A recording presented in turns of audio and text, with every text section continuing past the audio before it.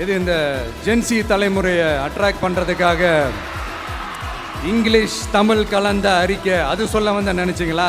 அந்த காமெடியெல்லாம் கிடையாது. அடுத்து இந்த ரியாலிட்டியை மறந்துட்டு இந்த ரீல்ஸ் போடுறது அது சொல்ல வந்தீங்களா? அந்த காமெடியும் கிடையாது. இது சீரியஸாக ஒரு விஷயம் நடந்துக்கிட்டு இருக்கு. முன்னெல்லாம் சட்டசபையில் யார் பேசுனா நமக்கு என்ன, யார் அடிச்சுக்கிட்டா நமக்கு என்னன்ற இந்த கூட்டம்லாம் இப்போ சட்டசபையில் என்ன நடக்குது, என்ன பேசிக்கிறாங்கன்றது ரொம்ப உன்னிப்பாக கவனிக்கிறாங்க. கவனிச்சிங்களா? திமுக ஸ்டைல்லையே சொல்லணும்னா ரீல்ஸ் போட்ட கூட்டம்லாம் இப்போ நியூஸ் பார்த்துக்கிட்டு இருக்கிறாங்க. அதில் நமக்கு சந்தோஷம்தான், பெருமை தான்.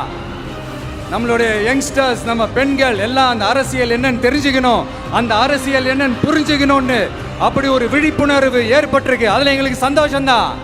இதெல்லாம் யாரால நடந்திருக்கின்றது நான் சொல்லி தான் உங்களுக்கு தெரியணும்னு அவசியம் இல்லை, அது உங்களுக்கே நல்லா தெரியும். இப்படிப்பட்ட நம்ம தெய்வங்களை, இப்படிப்பட்ட நம்ம மக்களை தற்குறின்றது